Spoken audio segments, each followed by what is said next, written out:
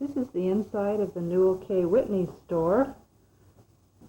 Many things happened in this store, and as far as Joseph Smith and revelation that he received. There's the post office dad.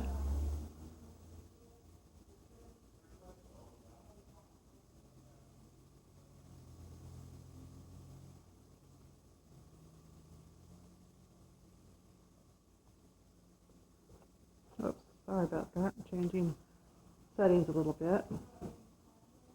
You see the neat things that they sold in this store. Of course, these aren't originals, but they are replicas of everything that was sold, including scriptures over there, as you can see, Book of Mormon.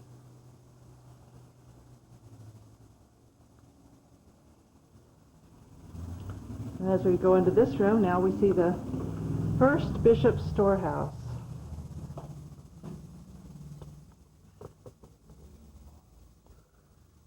He came here to take care of the needs of the poor and the needy.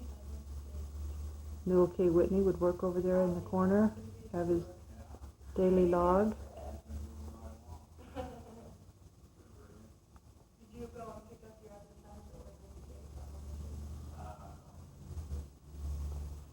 And then, as we come in, I won't put you on it.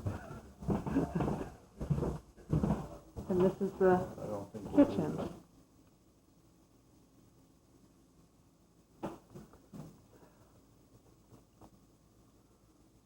And that's Brent. And this is the cellar? Is that what you called it? Mm-hmm. Where they stored their goods. We'll go upstairs. Mm-hmm. Okay, thank you. I'm sure people have feathers they have to. You want to talk on this? This is the room up above the Newell K. Whitney store that the prophet Joseph Smith and his wife Emma, along with their newly born son Joseph Smith The third. III, in the cradle, as well as their daughter Julia Murdoch, their adopted daughter, would sleep in the pull-out trundle bed underneath. Teamwork done, you should The our son in Argentina would be grateful for that, probably. Okay, this is the storage area, and also the area where the store help would sleep. There's the beehive. So you can see that bed is about 6 feet long, but only about 15 inches wide. And across the road is the home of Newell K. Whitney.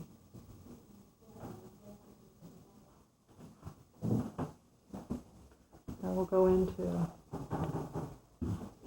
Was it this room that they had the school of the prophets in?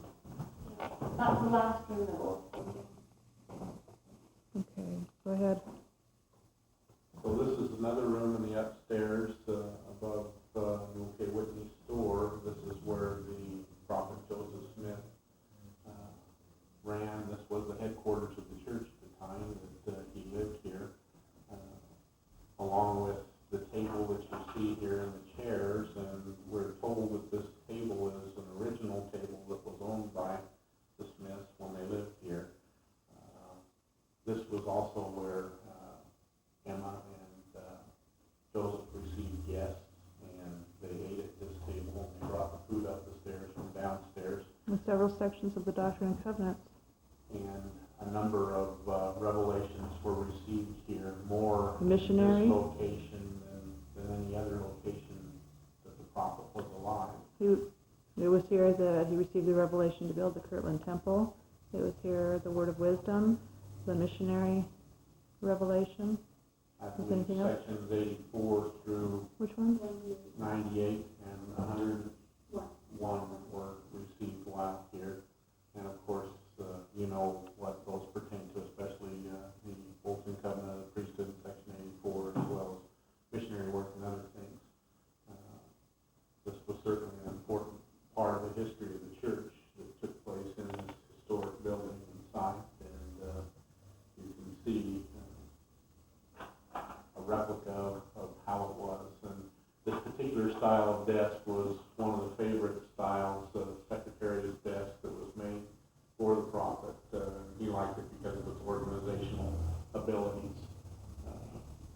lamp there on the left allowed them to work into the night, which was helpful after long days. We have that other camera, please. This room is the room that is referred to as the School of the Prophets. This is where Prophet Joseph Smith gave instruction to the members of the church who would be departing on missions. The original MTC. Yes, so to speak, as well as the leadership of the church, the new members who were called. It was here in February 27th of 1833 in this small room that the revelation pertaining to the word of wisdom was given and received. As you can tell by the size of this room, it is not very big. It's been measured to be 11 by 14. And you can imagine what it was like to have 20 or 25 full-grown men in here who were smoking and chewing tobacco and doing Spitting. those things and spitting, and how poor Sister Emma Smith would have to come in here after they left and clean all the mess up off the floors, which I'm sure helped lead Well, to between that and feeling that it detracted from the spirit. the feelings that the prophet Joseph Smith was prompted to seek the Lord's advice, and that led to the revelation of the word of wisdom. It was also here that Sidney Rigdon and Frederick G. Williams were called and set apart as respective. Sidney Rigdon is the first counselor, and Frederick G. Williams is the second counselor in the presiding presidency of the church at that time. And that all took place here in this room. There's some special stories also took place here that we will elaborate on later on, but there's a real special feeling about this particular room, and certainly was a holy ground and room within this house. It was also here that the revelation was discussed pertaining to the building of the Kirtland Temple, to the leadership of the church. And so there were some real special stories and events that took place in this room.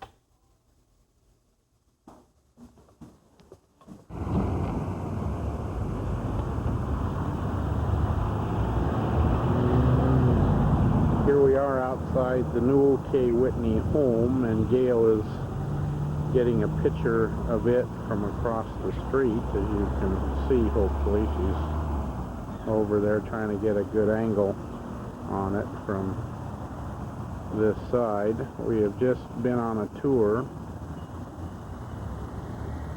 through the Newell K. Whitney store, which is back around this way, up this street right here, where this truck is going through the intersection, but up this street here, at the top of the hill, up in here is the Kirtland Temple, which we will head to next. But I wanted to get a copy. This is the sign that turns off the highway here to the Newell K. Whitney Store and Visitor Center. And as you can see, here's Gail, and she wants me to pan this way up to, as the road comes. The sun might be in the lens, dear,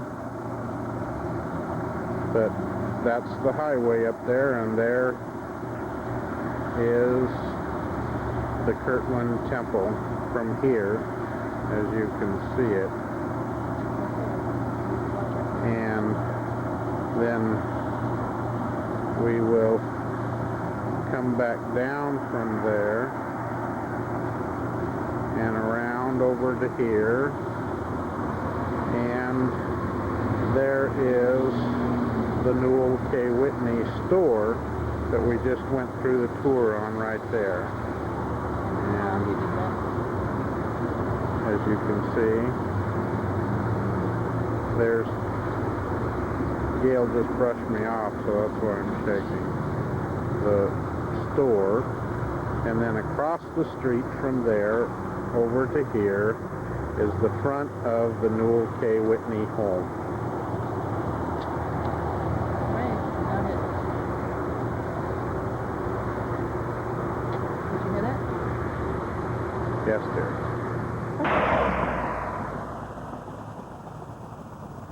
Here we are at the Kirtland Temple Go ahead. In Kirtland, Ohio. in Kirtland, Ohio. We're just taking a tour through it. And we're able to, Will not allow you in any of their buildings that they own to take pictures inside. We did go on a complete tour with the exception of the upper level of the temple. It's a shame that they own it today because you can feel a spirit in there, but certainly not the whole spirit. The lady very much believed that took us on a tour, I'm sure, and what she was doing. But they're very vague in their beliefs, very vague in the statements that they make, even about things that they know took place beforehand. They don't want to make any committal statements or anything else. But nonetheless, this is a historic site, and I can't help but think that someday the church will own this again. makes me kind of sad though. You know? It does, because Joseph Smith had such a vision of what this temple was to be used for. And I don't think he had in mind, and I know he didn't have in mind, to have tours through it. But this is the original temple, Kirtland Temple, with the exception of the white plaster that you see on the outside of the building, has replaced the old original, which she said was a light blue colored And plaster. these were the original doors. But these were the original doors. They were 9 feet by 5 feet, weigh in excess of 300 pounds apiece. It was very interesting to be here and to see this, and again, to marvel at the craftsmanship that took place at that day and age inside. Even the stairwells, modern architects of today say that it was impossible, that there's no way they should have been able to build the staircases they have in here because they come straight out from the wall with no pillar support at all.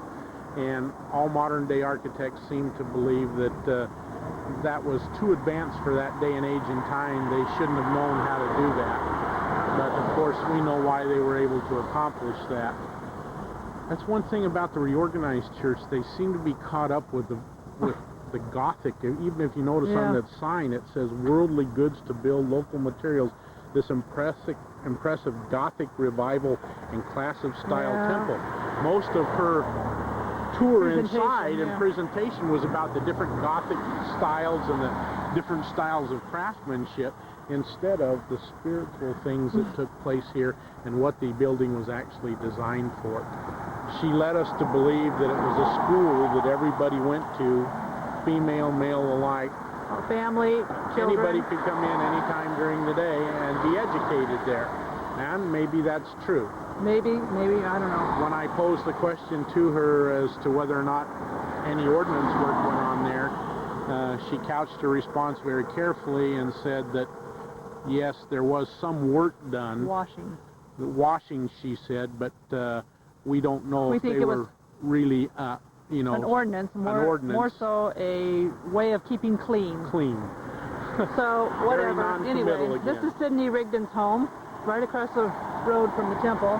Which there's the reorganized church owns and people live in today. There's their reorganized chapel right across the street. And somewhere close by is Joseph Smith's home, which is also owned by the reorganized And I think church. that's down the next one. And they don't conduct tours in because they actually live in that home also. And I think it's that white home there. I really do. This one right here? Uh-huh.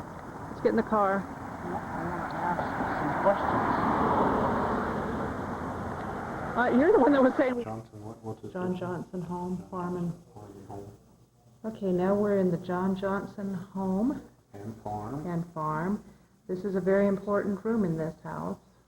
This is a very important house also. The room that Gail is photographing right now is known as the Revelation Room for the translation room. This was the room that the headquarters of the church were in for a year when the prophet Joseph Smith lived here. And it was in this room that he, along with Sidney Rigdon, translated the Joseph Smith translation of the King James Version of the Bible, as well as in this house where they received the revelation to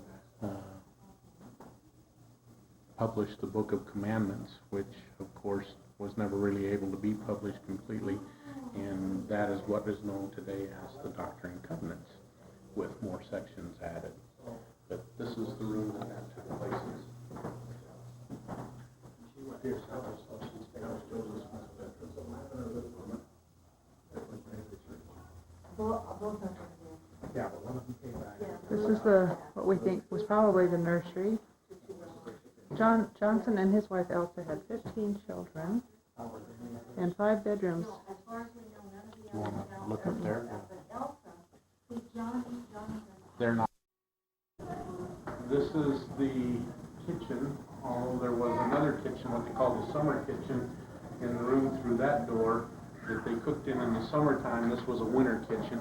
Of the John Johnson home still. We haven't, it's a little out of sequence because we don't have the front of the house or the title, but the only thing really original is the herb rack here, which was Elsa Johnson's.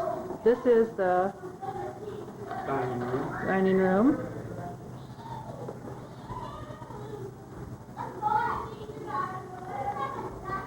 I just want to get in that other room. Is there a tour in there? Yeah, he's in there. Okay.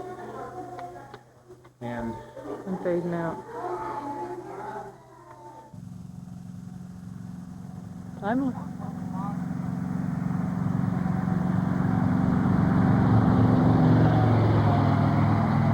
Okay, this, like I say, is out of sequence, but here we are, and this is the sign that's out in front of the house. This is a beautiful home, and we've come a long way to see this, as far as even just from Kirtland. It was about a 32-mile drive out here, but boy, it was worth it. The steps of this home are the original steps, and I'll get closer to them a little bit, and I'm hoping I can get back in that first bedroom to the left here. As you walk in the front door, go immediately to the left, is the bedroom where Joseph and Emma stayed. For 2 years, I think it is. For 2 years they lived in this home. And it was while they were in this home that the 2 twins that they had adopted had, here's a minute. The 2 twins they had adopted had gotten measles and were real sick. And it was during one night when they had been up with the children night after night that Joseph said, Emma, you take the one sicker child, sleep with it, or that child, her, I guess, and I'll take little Joseph and sleep with him to try to get him comforted. Anyway, it was during the night that the mob, an angry mob, came into this front door. Part of the mob went upstairs to John Johnson's bedroom, held him there so that he couldn't come down and help Joseph, and drug Joseph out into the field, out this way. And at that time tarred and feathered him, pouring tar over his body, in his mouth, and he staggered back over the fields, up to the door hours later, completely naked, just covered with tar. Emma saw him as she came to the door and collapsed as she was 2 months pregnant, and with Joseph the third, and to bring him in the home and to clean him up. Now, this was on a Saturday that this all happened. The next day being the Sabbath, Joseph Smith, after having been cleaned up, stood on these very steps and preached the gospel to the crowd as it was gathered. And as he looked out into the crowd that he was preaching to, there was many of those men that just the night before had tarred and feathered him and hurt him so badly. I'm hoping now that we can go in and see that bedroom again where they were sleeping that awful, awful night when this happened. There's a tour going on right now, and I didn't want to detract from this spirit as she was telling the story, which is a story that I'm very familiar with. Over there you can see we have one of our chapels. And this is the view. You can see the apple orchards across the road.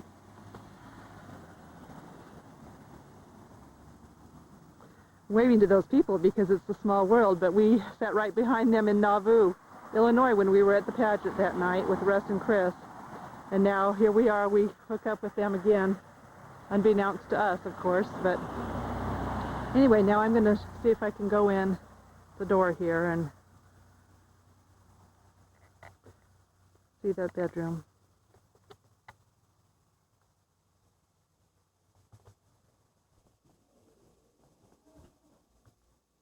This is the room where Joseph and Emma would sleep.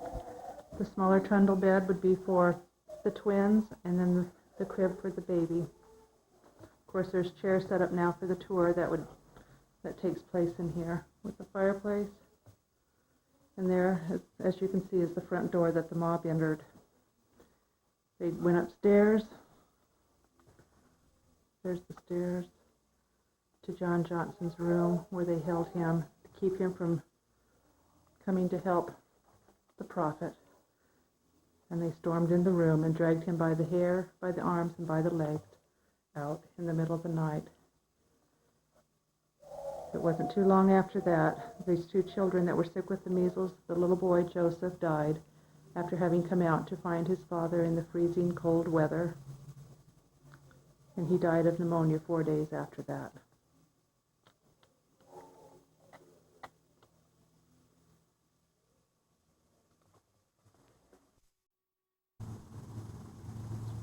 Okay, we're on. This is the back part of the John Johnson farm here in Ohio, and this is reminiscent of the past 150-acre farm which he owned. Originally, actually owned 300 acres originally. On this farm now, this is a church welfare project for the stake here. You can see the apple orchards out back. And out here behind this church building over here, you can see the fields in which they grow strawberries. And this is the only place in the entire church that they grow strawberries, and they're produced here and then sent down to Cleveland, where they're canned and cleaned and produced for the entire membership of the church here in the form of jams, jellies, and so forth. That's the stake center, right? I don't know if it's a stake center. Oh, I thought you said it was a stake center. Okay, it's just it's a stake welfare project. I don't know that that's a stake center. So it's that might be just a regular church building. One of the ward buildings then. But this is a stake welfare farm, and they do grow apples that they use to make applesauce and so forth. What was it said about strawberries? Strawberries. This is the only strawberry farm the church owns in the world. Every product that the church produces from strawberries is grown here and produced here on these acres for the entire church system, and then shipped to Cleveland, where the members of the church that we're here in Toronto, Canada. I am firmly convinced that Canadians know nothing about driving, nor do their roads are they anywhere close to being able to accommodate the amount of traffic that they have. Yeah, let's just put it this way. Being here once will probably be enough. However, this is beautiful. we're here, so we'll do the best that we can. You see all the tourists downtown here looking at shirts and so forth. Just a half. T-shirts there. In the center here. Looks like a hotel.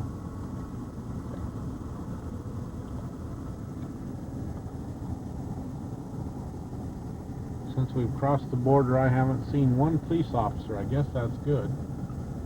When you want them, you can't find them, and when you don't need them, they're all over the place, as a rule. Let's pass that little bit of philosophy on to our posterity. There's too many people here. I don't like it.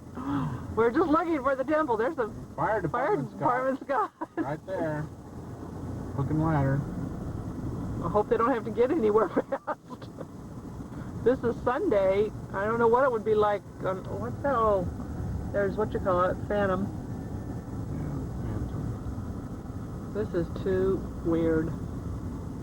I think we made a wrong turn. We're looking for the temple. Miss Saigon is even here. there's... I'll let you out with there. Ah, look at what? The phone book. Oh.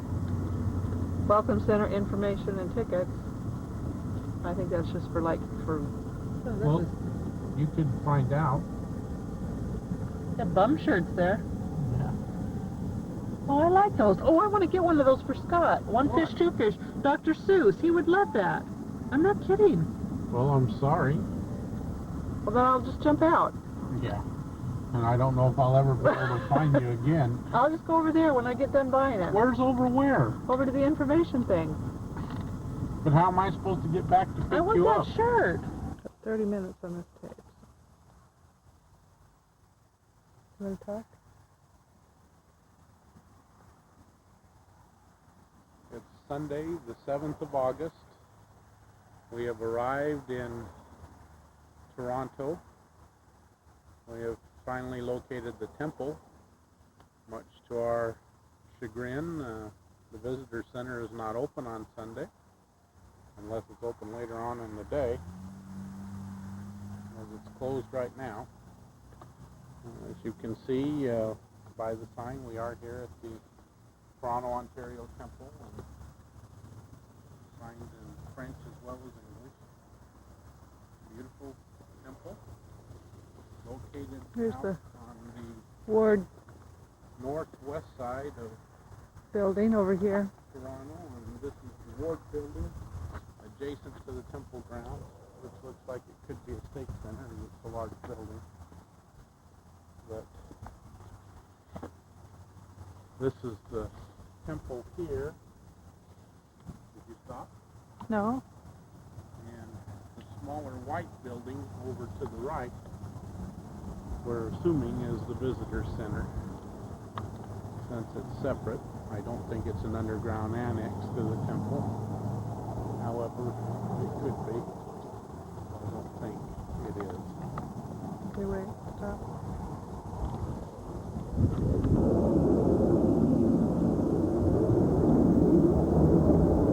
There's a close-up of where we just were showing you. They want to save a little bit of film for Chicago. If you've never been there. Now we're going to go around to the front of the temple. Get a view from there.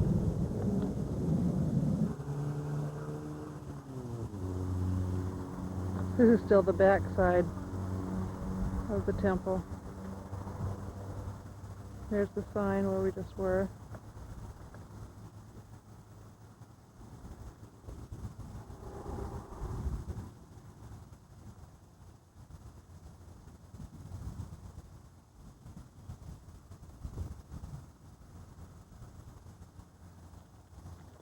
There goes Brent. Talk to somebody, I guess. And like I say, here's the building house. Some of the local people coming out of it. Looks like they're having their meeting.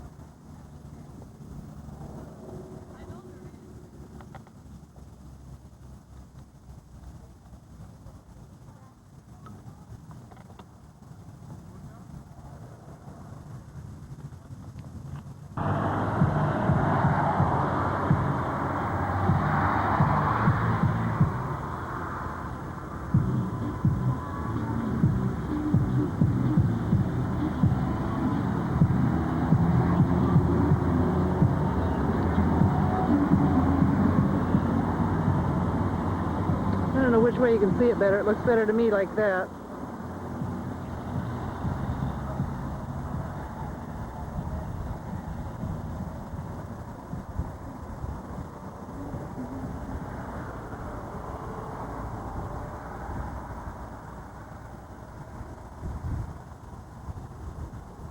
kind of dark that way, so I don't know which way is going to show up the best.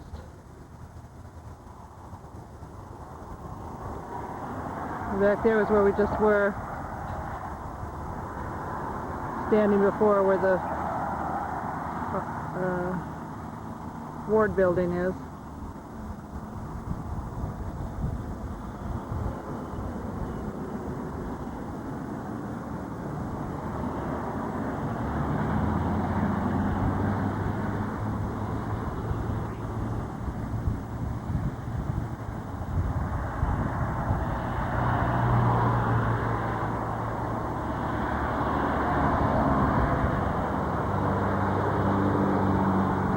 There's a housing tract back there behind the wall.